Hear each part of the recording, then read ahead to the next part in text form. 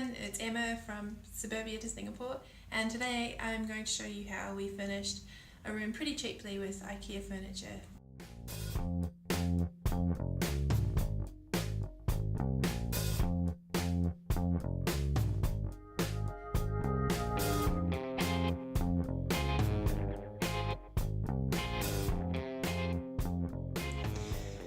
So knowing that this was a small space and knowing that we needed to have 4 of us in here, the table that we chose was the BEKANT, which is about $349. It's not cheap, but it's the right size for us, and it has a space here where you can put your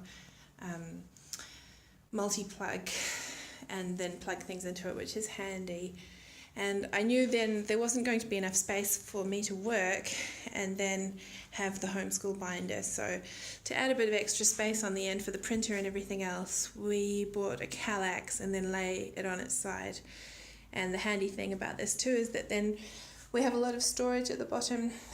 It works out that Maxim's sort of junk can fit up here, and then his current materials can fit down there, and at the other end it's the same for Linus, and the middle shelves are good for just storing other materials, so that turned out to be pretty handy.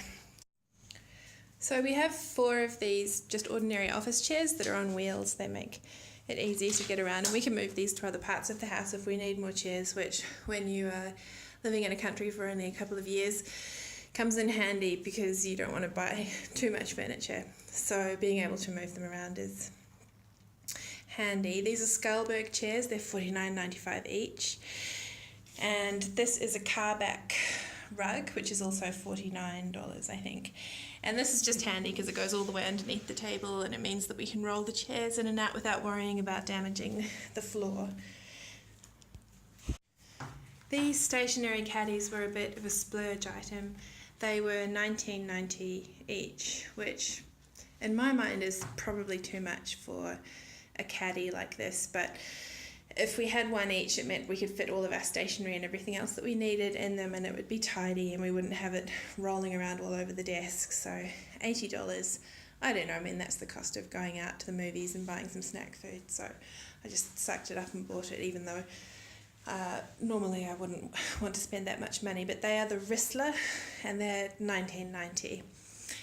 And then Pete's filing stuff is over here. He keeps track of all the bills and everything, so I don't know where he got this from. It wasn't IKEA. But this here is the KVISSLE, I think, and I think that's $39.90, which in my mind is too much to pay, but I didn't buy that, so I'm not going to hold myself responsible. In this corner we have our homeschool shop, which has some treats in it. The boys work on a ticket system, and I'll give a link to the homeschooler YouTuber that I borrowed this idea from. This is a SKUBB shoe organiser, I think it is, and it was $7.90, so that was a pretty good buy. I think that's pretty cheap. So altogether, all of the furniture in this room cost about $885.